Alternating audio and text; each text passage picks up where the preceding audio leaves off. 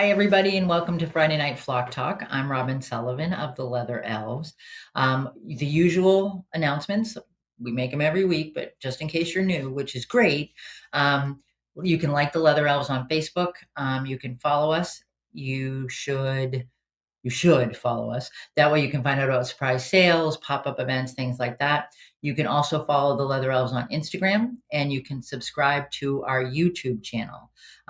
Today is the last day. For those of you that have been following the Rockstar Rescue Tour, today is the last day to purchase shirts from Custom Inc. Not my choice, but theirs. Yeah, they're pretty cool. They've got all of our sponsors on the front and all of our tour dates on the back. It's great to have this many sponsors. It's tough to make the t-shirt look decent. But so it's the last day you can order those. These are all the facilities that we'll be visiting. It's going to be 3 weeks on the road for Carrie Ellen and I. We're really looking forward to meeting folks at all of those facilities. If you wear your shirt and meet us at the facility, we're going to positively reinforce that behavior. So a lot going on. There's Mark hard at work. We were cutting down birch yesterday. We've got a sale going on right now, 40% off. Enter code FLASH at checkout, and you get 40% off your entire order. It does exclude tour boxes and gift cards, but it's a great deal.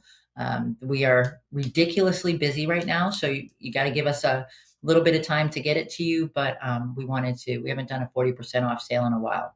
So tonight, it is my pleasure to have a young man who is doing great things in aviculture, TJ Pluid. So I'm going to read you TJ. Hey, TJ, how's it going?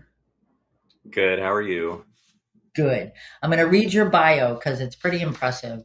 Um, TJ Pluid is an experienced young aviculturist with a deep background in zoo and private aviculture. Previously, as the primary bird keeper at Reed Park Zoo, he managed a diverse collection focusing on breeding and husbandry programs for rare and endangered species. Currently, as lead aviculturist for the Florida Avian Conservancy, he specializes in the propagation of softbills, waterfowl, and other uncommon species. Also serving on the board of the American Pheasant and Waterfowl Society, he is the chairman of the Population Sustainability Committee. TJ continues to share his expertise and experience advocating for responsible aviculture and the critical role private and zoological collections play in aviculture. And that just doesn't even start. That's the beginning. There's so much more. I added an ASA board member position since then. They suck you in. It's true. But congratulations They on do. that.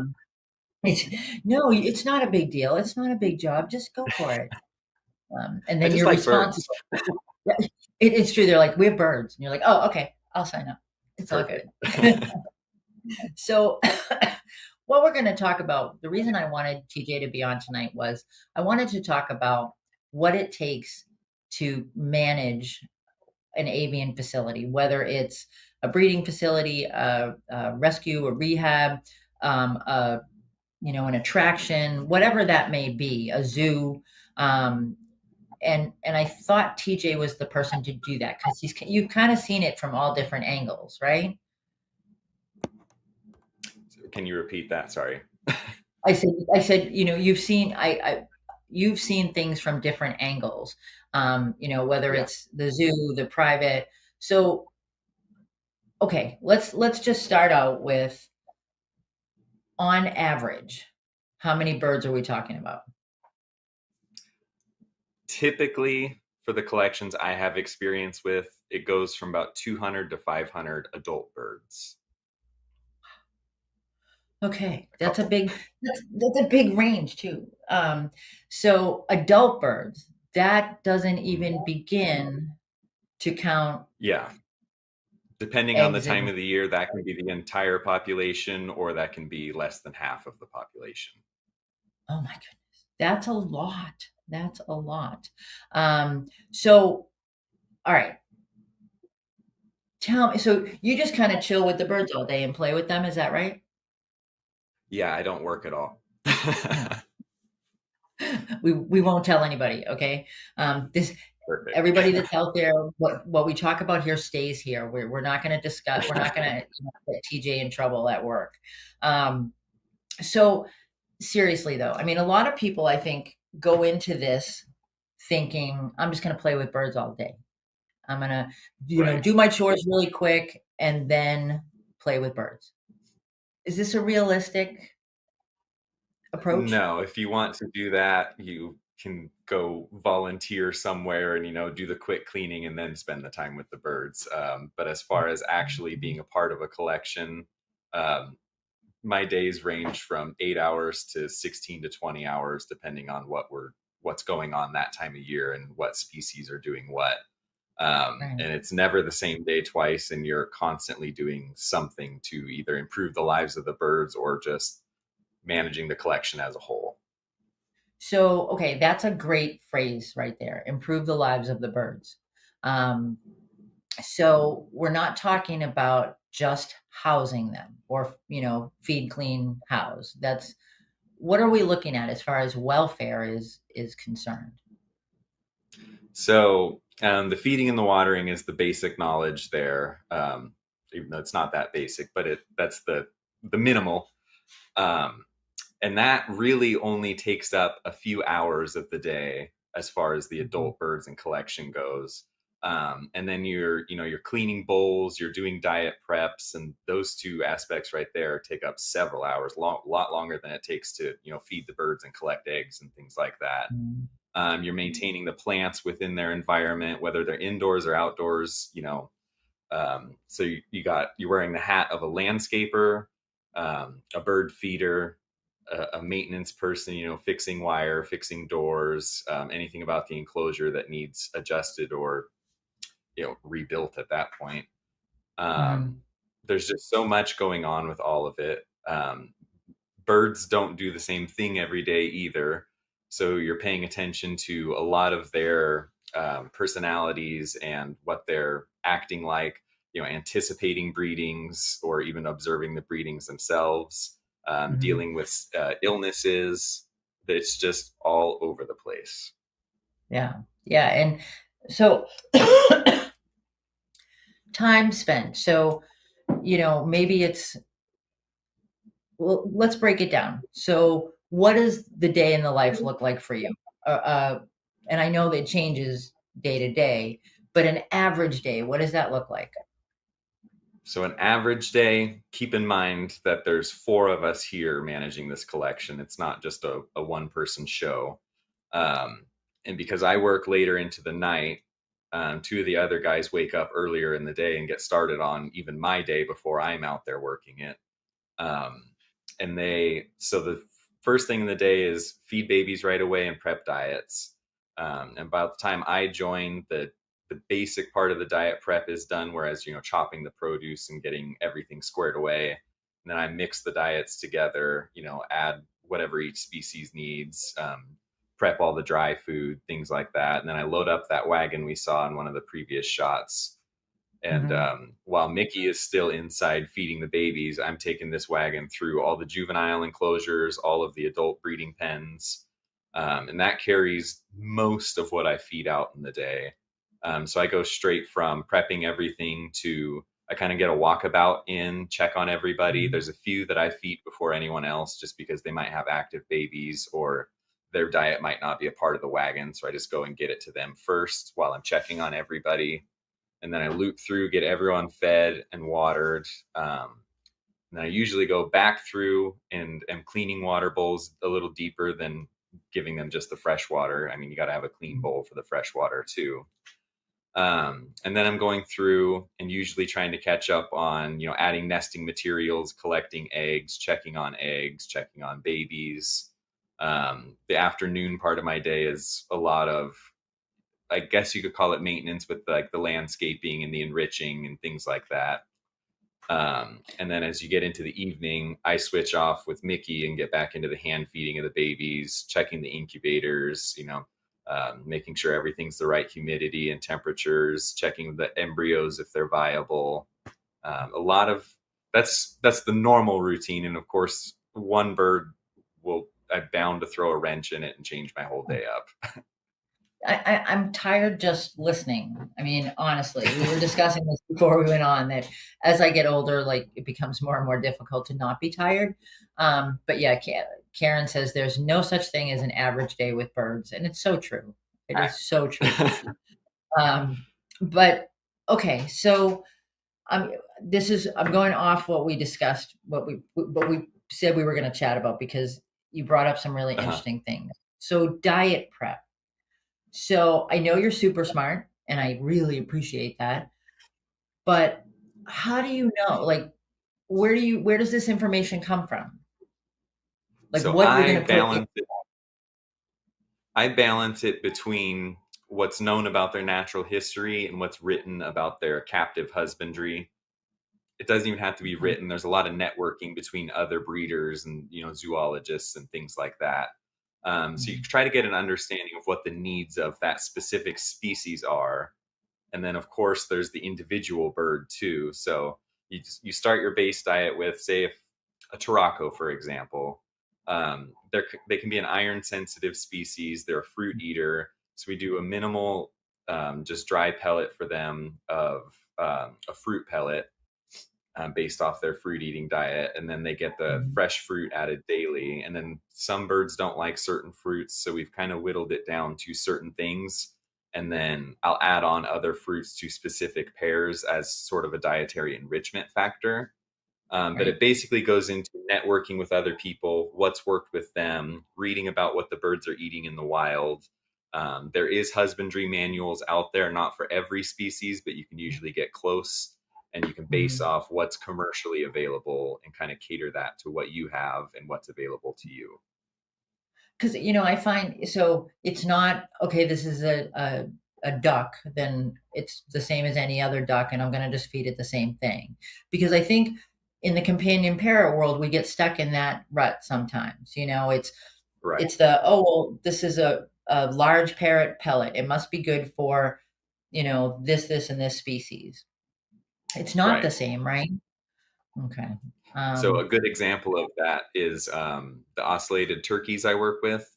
So many mhm, people want to say, "Oh, that's a turkey. I can feed it, a commercial chicken pellet, and that's a complete diet for it, and it's good to go." And when in reality, no, they want more whole grains. They want more fresh fruit. They want more just leafy greens, all sorts of different things available to them. Live mhm. proteins. I mean, they still get some of a commercial diet, but that's only a fraction of the whole picture there. Right. And so how do you so you create prep the diet, get it all together, take it out in your wagon, and then how do you monitor? Do you weigh it like, okay, I put this in with the ocellated turkeys today or this morning. When do you pull it and how do you determine if that bird is actually eating enough? So that's where we come into just me being nerdy in general. I try to Mhm, memorize the either the crop size, and we have some species that don't have crops, so just their general average intake on the daily. And then you just pay mhm, attention as you're going through. And when you're circling back through at the end of the day, you're usually picking up eggs, just checking on things when you're back through enriching. You can see mhm, who's not eating as much or who completely cleaned out their bowl. And that you can kind of base on if you need to make adjustments. Maybe this bird has worms, so it's eating more. Maybe this bird doesn't feel good, so it's eating less. And you kind mhm. of just, it's all kind of a memory thing. I have measured feed scoops, but it goes off of, like, the crown pigeon has roughly a half cup crop. So they get per bird half cup of the mixed grains and produce every day. And then there's bound to be a little bit of leftover. I would rather have a little bit left over than them not get enough. So I try to Right. base off each species with that. Okay. So what are these that we're looking at?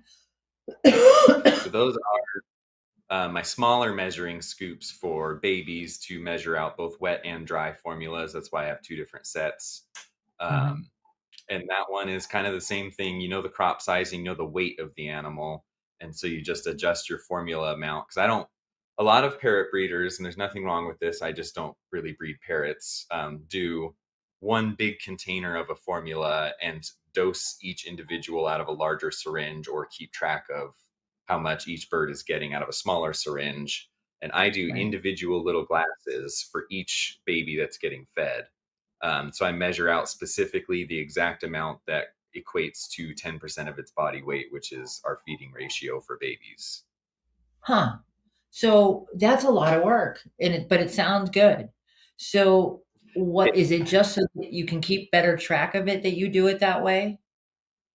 Yeah, Or and everything gets weighed every morning as far as birds being hand fed, not the adult birds. Mhm, And so you base what they're getting fed each day off of their morning weight. And so when it's individually sectioned out, you don't accidentally overfeed or underfeed anybody. They get their exact portion every single time instead of, I accidentally slipped on my syringe and pushed too much food into this one, or, just it creates less room for error. And I'm mhm, big on that. There's so much room for error when working with any animal, birds especially, being that they're so fragile. So the more you can do to cut out the possibility of having an error, the less mhm. mistakes you'll ever have. Yeah, it does make sense. So you meant, so that's the babies that are being hand fed. How often do you weigh the adults, or do you weigh the adults? With that, I call it more of a body composition scoring. It's more of a physical palpitation and feeling to make sure, they have enough weight to them. We do have somewhat of a record of what the healthy bird should be, and we can tell Mhm. when it's within that range. And because there is a range with every species, they're not going to be on the dot. And then Right. when a bird gets ill, um, we do a weight immediately. First off, because they've usually lost weight, we need to see how much we need to make up for again. But also, based on the weights, is how we medicate them. It's not just here, take this pill. It's measuring out in dosing syringes to the exact amount of grams in the body to figure out your medicating. Okay. So I was talking. I have a group, that the foraging flock, and we meet once a month, and we talk about foraging activities, things like that. Right. And we were talking the other night about foodborne pathogens.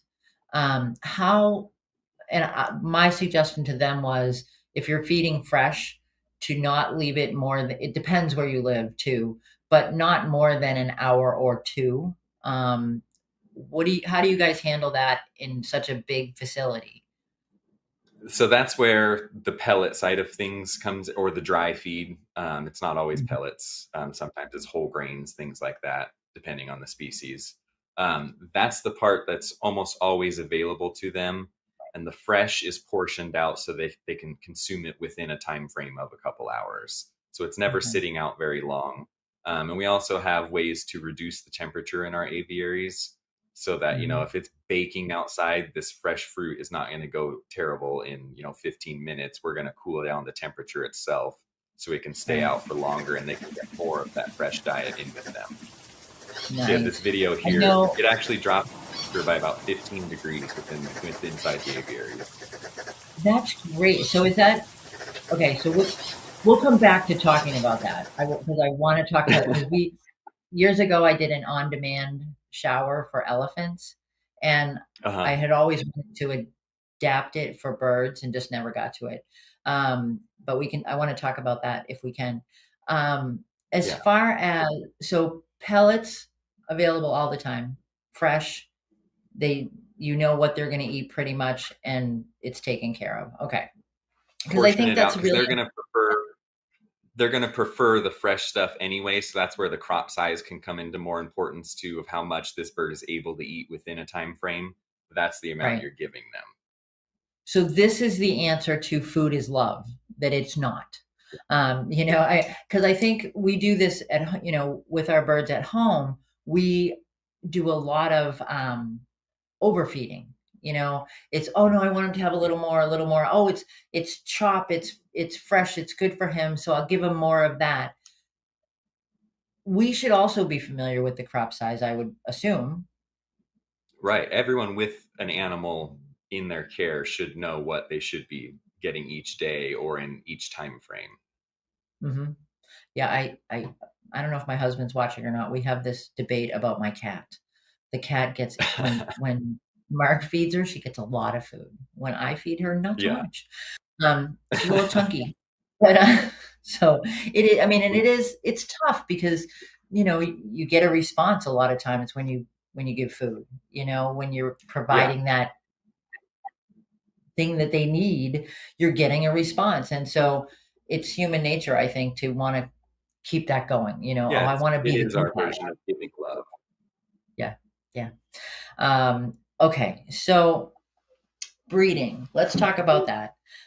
You Mhm. are a responsible breeder, and I want people to be clear on that. No hating going on here. And it's the breeding. How, how do you manage that? It's not because I know, with parrots, it's you can't just throw two birds together and go, yes, have babies. It doesn't work that way. What about Right. the species you work with? For the most part, it's the same way. I mean, there's some species we have that they're going to mate the bird you put in with it, and there's not going to be an argument about it. So they do that. But the other ones, it's the same thing where you have to, house them side by side, sometimes for a couple months, get them really Mhm, introduced to each other, see if they're even interested in that bird. And a lot of times they're not. And sometimes, so they never get to an introduction past that point if they are never interested or show aggression. mhm, And then a lot of the times they're fine with each other, but they don't want to breed. And so, we'll keep them together for honestly a couple seasons because it sometimes it takes time for them to really get in gear and to actually get to producing babies. mhm, And if they're really not doing anything after a prolonged period of time, then they might get along, but they might not be compatible as far as breeding goes. And so you either have a different option available or outsource another option, or you move those birds onto different living environments and try changing things. And sometimes you can right, make it work with limited availability, but for the most part, when they're not getting along, you need to outsource and bring in other mhm. options for those birds to get along with and be bonded to and breeding with. So the species that you work with, are there stud books for all of them to kind of keep the genetics clean? Um, with the private sector side of it, it's kind of on your own, but for the Right. most part, we all kind of keep track of where each bird was sourced from, lineage is. With some of the species I'm working with, there is AZA stud books for them. And we do Mhm. participate in some of that. Some of their birds have come to us, and some of our birds have gone to Hmm. them to keep the bloodlines and genetics continuing. Um, but for the most part, it's up to the individual doing it. So we do make a good effort to make sure birds are unrelated and we're bringing in new bloodlines and keeping things Mhm. sustainable but healthy at the same time. Right, right. Um, so, okay, so we've talked about your day and how much goes into that day. Um, Mhm. the breeding, now, how do you have time to do observations and that kind of stuff? Because that's very important. I think anyone who's working at a facility, whether it's a volunteer or a staff person or an owner, you've got to be observing. You've got to be watching and picking up on behavioral, cues, things like that. How do you have time for Right. that? That's where, and this benefited me from breeding facility and in the public zoo side of things. Um, Being able to actually work while you're staring at a bird and not looking at the work you're doing, you can get a Mhm. lot of observations accomplished. And with breeding behavior, a lot of the time they're not going to do it when you're working in with them. So if Right. I'm landscaping in this pen, that pair of birds is probably focused on just me. But five aviaries down, I might hear Mhm. a call or something, or be able to even physically see through the wire of a breeding display or courtship going on or things like that. And so it's, I don't spend a lot of time looking what I'm doing in front of me. It's kind of just muscle memory on what I'm supposed to be Mhm. doing while I'm watching the birds at the same time. Now, with new introductions or things that I know are really need a closer eye, I will stop what I'm doing past, feeding and enriching for the day. And I will specifically set aside time to go and look at those birds and keep an eye on them, make sure everything's going well. Or being that there's multiple people here, Mhm. and I'm still got work to do, I'll send a text or a call out to one of the other guys and say, hey, in this aviary here, we all have them labeled. So I'll tell them which aviary and which species, and somebody else can come and just keep an eye on them, make sure things are going how they're supposed to. Okay. So you've referenced enrichment, and I know we did another live stream a while back on naturally enriching. What kind of things? So let's talk about easy things that people might be able to do with their citizens as well. What Mhm. kind of things are you doing for enrichment?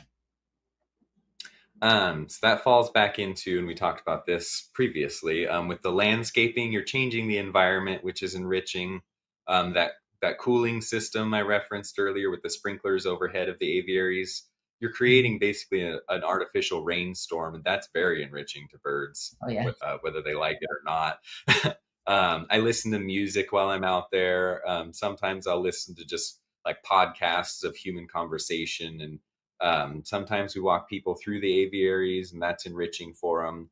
And you just try to Mhm. keep things different for them, and also dietary.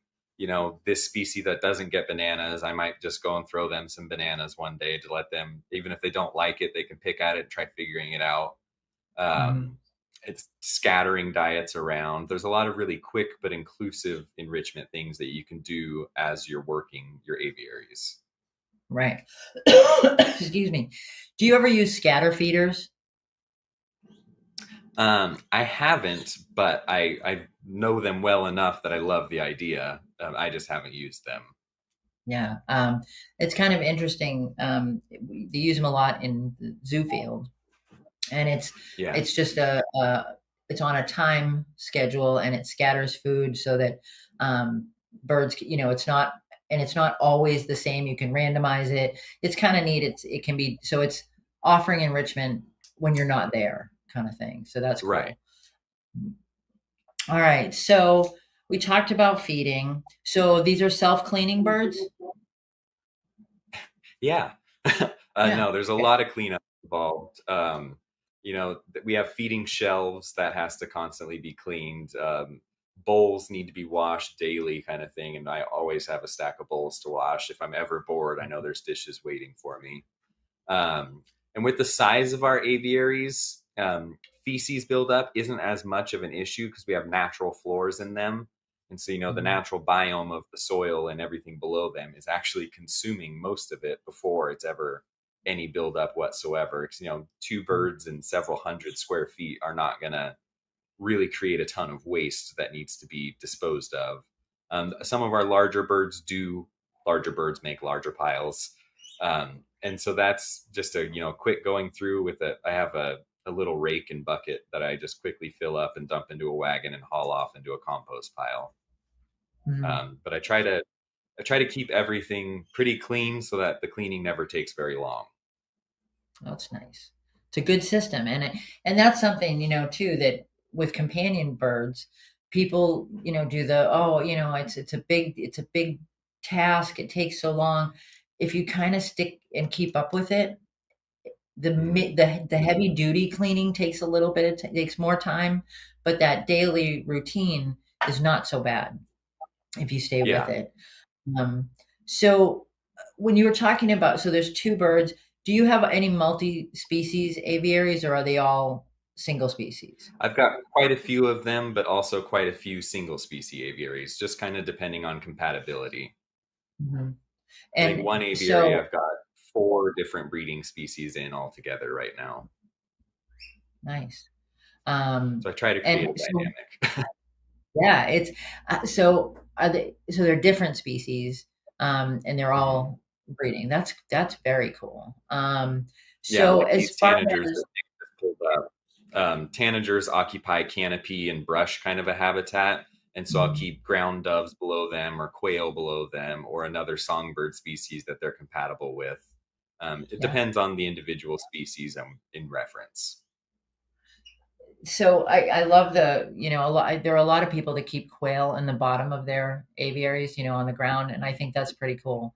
I used to work with or was friends with a gentleman who was a zookeeper, and he did the craziest mixed species exhibits, but they worked because it's where they occupy, in Yeah. the space in the aviary and the space in the enclosure. And if you've got an animal that's always on the ground, that's not a prey species for the animals that are up above, it works. Yeah. So I referenced that a lot in an article I wrote, I think it was a year and a half ago, that I tried putting out. And basically, your aviary needs to be viewed in a 3D environment, not as just a Mhm. layout. Quail are going to be on your bottom level here, and then there's going to be species that are kind of mid-level that you can occupy, and then there's going to be canopy species, and you can Mhm. totally mix a lot of those without ever running into issues. There's also going to be different ground dwelling species that get along together, different canopy species that get along together, and you can kind of just Right. create this whole whirlwind of a dynamic going on. So when you look at something like that, do you look at it from a um, geographic approach? If you're deciding, okay, I want this type of quail on the bottom, how do you, is it, okay, in the wild, these animals would be living together, or do you take a different approach? I currently take a different approach, but I used to have a little bit of an obsession with, geographic, South American tanagers above South American quail species, or African species of finches above African species of quail, that kind of thing. And now it's just, we have a pretty set species list of what we want to work with. And so I just Mhm. base off, this species is aggressive, don't house it with anybody.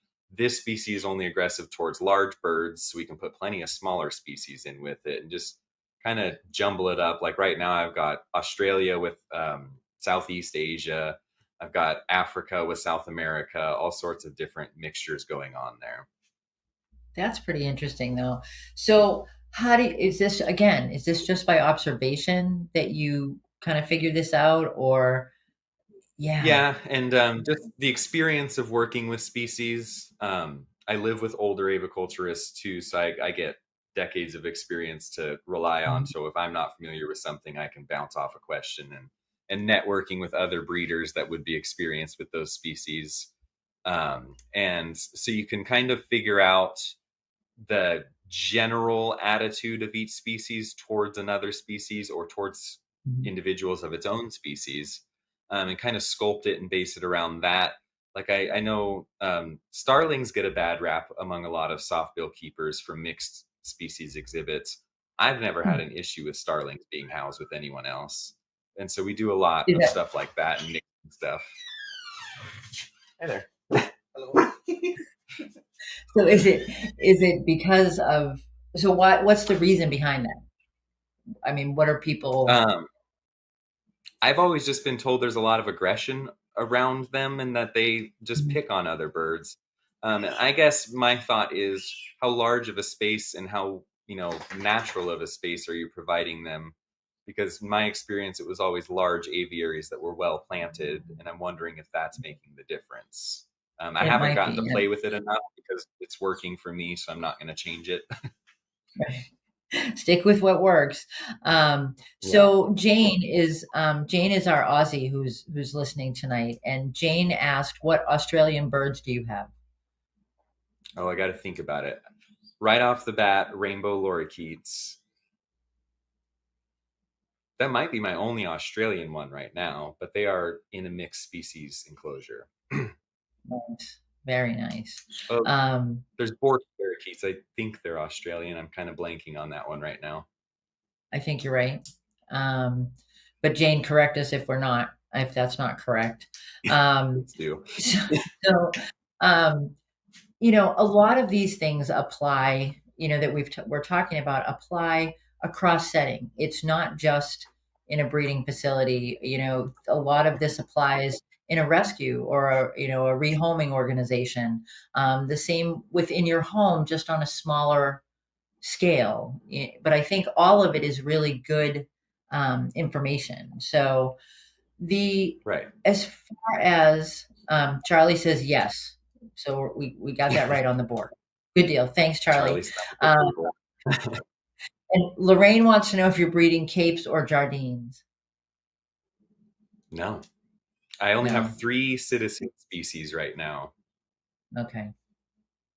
Um, Lorraine's up in Canada. She's one of our friends to the north. Okay. Um, so all right, record keeping. We touched on, well, no, I want to go back to the rain system because I love it. Uh-huh. So is is that did you create that? I didn't. One of the owners here, Virgil, has always done this with his aviaries, but he's always had a lot of tropical rainforest dwellers, so he wanted to be able to Mhm. cater to that for them. And then cooling down was never a real issue at the previous facility we were at, but it's Right. hotter here. And so we wanted this system in place anyway, as far as the enriching factor for the birds. And now Mhm. with it, up here, it can get over 100 degrees where we were at before. That wasn't really a thing, and so now it's Okay. actually a really good temperature relief for the birds too. And I don't have to water so many plants. Right. This is great. So do you have this on all the birds? Yes, everyone, Yeah. once they're an adult or full grown juvenile and moved outside, they all have access to it. So it's a sprinkler, like that wave Yeah, of rain that it's goes just a by. standard sprinkler like you would set out at the end of the hose in your yard, but we have Right. it mounted to a PVC pipeline up over every single row. All of our aviaries are in rows, so this Mhm. PVC pipeline just cross sections throughout the entire complex. And we have it hooked up Nice. to the same thing as your yard sprinklers would be as far as an automatic timer. And so we can Uh-huh. time each zone throughout the day and let it, I can click an on button and walk away for the next 8 hours, and it'll water this section for an hour, this section for an hour, and so on and so forth. Nice. So have you ever tried anything that's on demand with the bird, like that they can kind of I initiate that? haven't, but I love the idea of it. It's not quite the same, but I've done water fountains where Mhm. the birds can, go and play in the spraying water if they want to, but they couldn't Right. activate it on demand. I've never set up So anything like that, but I think it should be done, and it's a great idea. it's so cool, and I mean, I've done, like, little stream type deals with raptors, things like that, just, like a waterfall effect, and then they can Yeah, opt in or not. Um, I had a woman I have to tell you this story. I had a woman that she wanted to enrich the eagles. We had bald eagles, and she wanted to enrich them, and so she bought snails, and she thought they would like watching them and that they would clean the pool too. They were gone the next day, and she couldn't figure out why, yeah, and she kept buying new snails and putting them in the pool, and yeah, it was fun. It was actually enriching for those of us that were watching it happen, but yeah, yeah. the the eagles were enriched by the snails, just not in the way she thought they would be, and that does happen, Dietary. um, but with the water, um, we did it for elephants, and it was a motion detector. So if they moved in front of it, it would initiate the sprinkler, and it was Right, great until the elephants started getting foot rot because they would stand in one place and just keep activating it all day long. So right. there are some like cautions as far as that's concerned, but I don't see birds doing that. That's probably not going to happen. Um, yeah, like when the macaw jams the stick in the Lixit and floods out the entire cage, exactly like that. That's exactly like that. But it is something. The on-demand sprinkler mister, if you've got outdoor aviaries for your pets, it's a a great chance to give them some control of their environment. Isabella, scatter feeders, it's almost like the sprinkler. Like it comes on and it's got Mhm. a bucket, pulls up the feed and it scatters it out, and then the animal has to go look for it. They use it a lot in deer parks, where they've got Yeah. big herds of deer roaming around. They use scatter feeders a lot, but you can use them for birds. Um, Oh, we all did right, so have one. um, Now that I think about it, with the scatter feeder at the previous property, we had like 80 free range peafowl. So we just set up, the big deer feeder, but with grain for the peafowl instead. And then all of a yeah. sudden it would be emptied every single day, even though it was on a timer. So we thought it was broken. Mm. And Virgil went out there at night, and there was a raccoon sitting there spinning it so it would keep dispensing over and over and over again. Yeah, those trash pandas, they're tough. So, all right, there's a lot of great ideas that apply across settings here, and I'm glad that we're talking about them. Record keeping. So Hmm. you talked about that it's kind of on a, per facility basis. What kind of things are you recording? What are you keeping track of?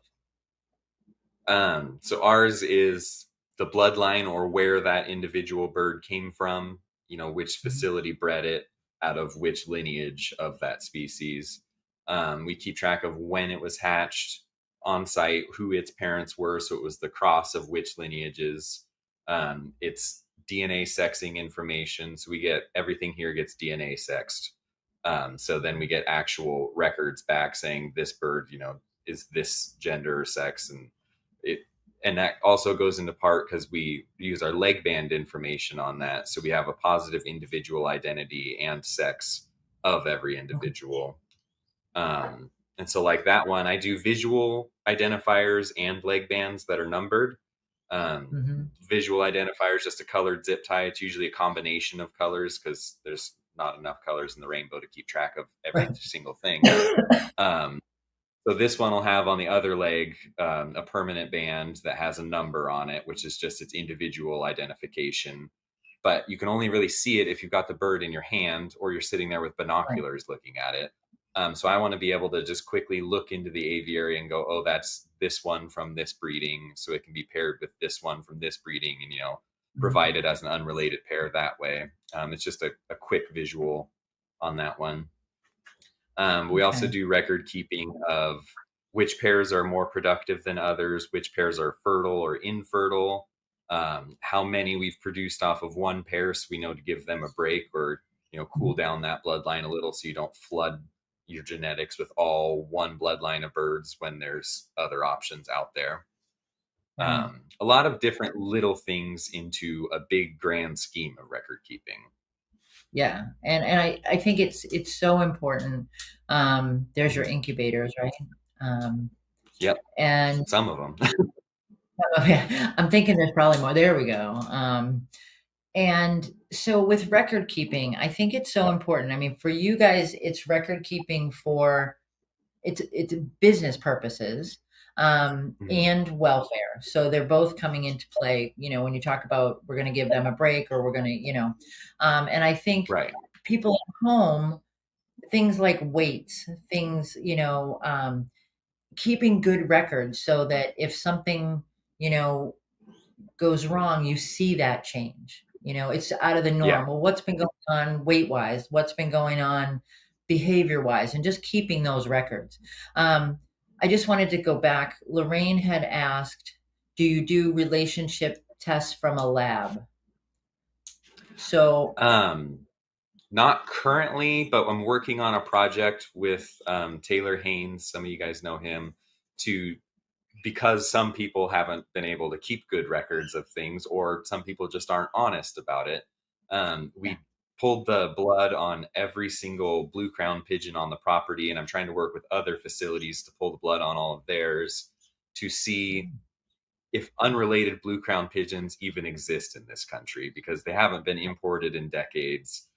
There was Yeah. such a limited amount of them to begin with that, you fast forward several decades of breeding. Is there any Mhm. lines that haven't been crossed at all yet? And so, if so, Okay. how can we get those two together to create more genetic diversity?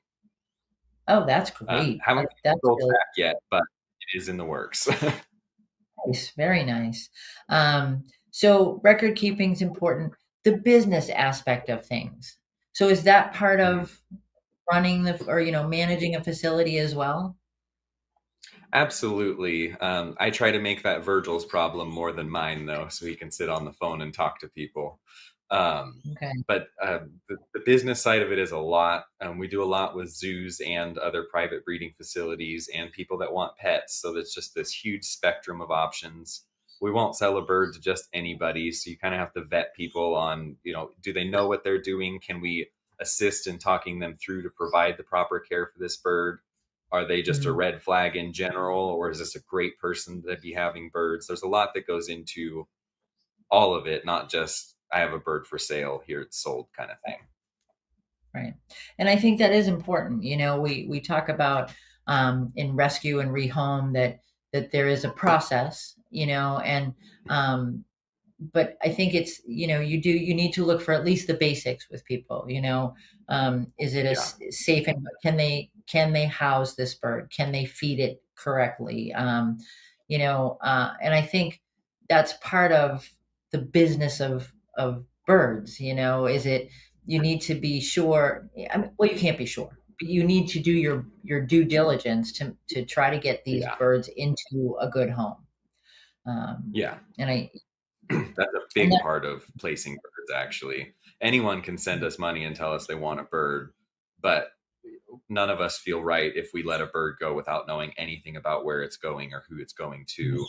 And, we don't have to like the person even, but if they provide proper care and all of that, then if as long as it's right for the bird, then it's a good thing.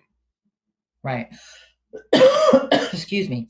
Um, okay, so how about the accounting? Do you leave that to Virgil too? Uh, Do you tell him, like, yeah, Virgil and Mickey do that together.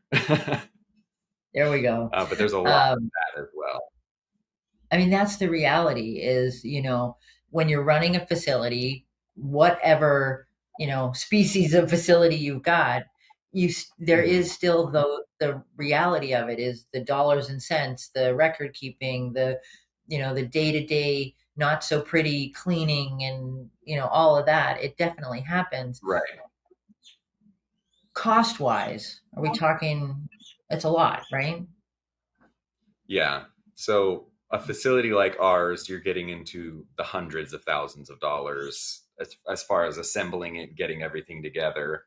Your monthly costs are still several $1,000s just to keep up with, diet, Mhm. repairs, incubators, because we don't have all the same incubators all the time. Some of them need repairs. Facility maintenance in general is another big cost. The electric that goes involved in raising birds, our Oh, electric yeah. bill is a big one. We are on a well, so water isn't a big factor, but for people not on a well, that's a huge bill Mhm. too, because as far as cleaning, watering your bird, all of it, keeping the aviary plants alive, there's so much water being used that people don't even think about until they're doing it. Right. And then all the different feeds, all of, there's a lot of just, it's very broad. Mhm. And so it's not, birds are not a cheap sport, that's the thing. Um, Yeah.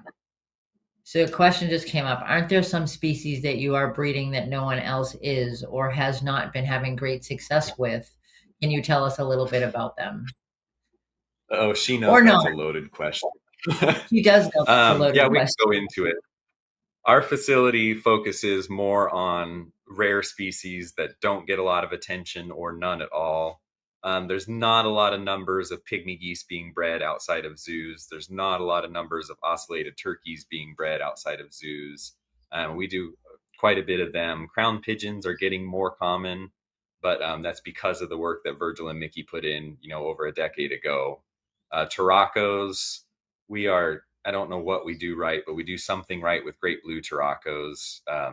We were able to produce 9 of them last year, and globally, I think one other one has been raised this year so far. And I've got 3 babies in now, and I need to go pull eggs again tomorrow. I just had Mhm. a world's first breeding of black-headed tanagers. I thought it was just a rare one, and then I found out that they've never been bred in captivity before. And then I got an Congratulations. estimate on the population. Thank you. But then I started looking into the population of them because of that, because it just seemed weird. Mhm. And there's only one hen outside of the one I have, or the 2 I have. So then I was like, oh crap, no wonder nobody's breeding them because they're not in captivity. Right. So we do Right. quite a few species that just need that kind of attention and need to get the sustainable numbers in captivity again. That's awesome. That's so cool. So we do have a question here. Isabella asks, if someone wants to run their own sanctuary, would you recommend a degree related to animal management be necessary or not? Asking as someone who graduated with English and art degrees. Um, I can tell you, Isabella, um, I have a degree in political science. What a waste. And then I got into behavior modification with people, and it's the exact same science. So working with animals made sense for me, and they don't talk back as much as people. So I think it's more about, for me anyway, and I would like to hear TJ's answer, but I think it's about the networking. It's about the picking up that information and finding reputable resources and good mentors and going from there. What do you think, That's TJ? actually one of my favorite questions because nobody likes my answer to begin with, but then I finish and it becomes better. I used to get asked this in the zoo a lot by parents with their Mhm. kids, what should this, my kid wants to be a zookeeper. What should he pursue in college? And I didn't graduate high school. So I'm not a big fan of degrees are great. The more you can learn, the better. I went and bought the Mhm. books on my own and read as much as I could on my own. I networked all across the country, met as many breeders, sanctuary owners, zoologists that I could. I would stay at their houses and learn as much as I could from them. I actually spent almost 3 years traveling 42 states, just trying to meet as many bird people as I could to learn, husbandry, what works for them, what doesn't work for them. So networking will make your career more than any degree will. Not saying Mhm. don't get the degree because that knowledge is great too, but just getting the degree is not going to set you up for everything you need. You need a network of people and established professionals. Yep, I agree 100%. And I think too, back in the day, it was easier to get a position in a zoo without a degree. Some zoos are now Mm, looking for that degree. But if you're going to be starting your own place, whether it's a sanctuary, a breeding facility, just a big collection, it's really about the networking. It's about learning from people, an internship. Absolutely, Nick. I yeah, mean, learning from people who have done it hands-on, before. hands-on experience with those Yeah. established people too is great. That's why I went to these people's houses and stayed with them. That's Mhm. why I've gone all over everywhere I have, was trying to actually work with as many different scenarios that I could to build up my own experience and knowledge. Right. Um, okay, so what's the best part of your job? I'm around birds all day long. Yeah. Even though they make all the work for me, they're the reason I want to do all of that work. Mhm. And I love Um, hatching babies, bring in more lives into the world of something that's so rare or endangered. There's no feeling you can do to recreate that. and that's the thing. I mean, you are in your corner of the world at, the conservancy, you are helping sustain the natural world. And that's just, I mean, that I get goosebumps. That's just really cool. I Um, absolutely love yeah. And so what's the toughest part of your job? it. I was taught a lesson in this very early, and it still doesn't make it easier. To work around a large number of animals, you're going to be around death. And death is a Mhm. constant among life.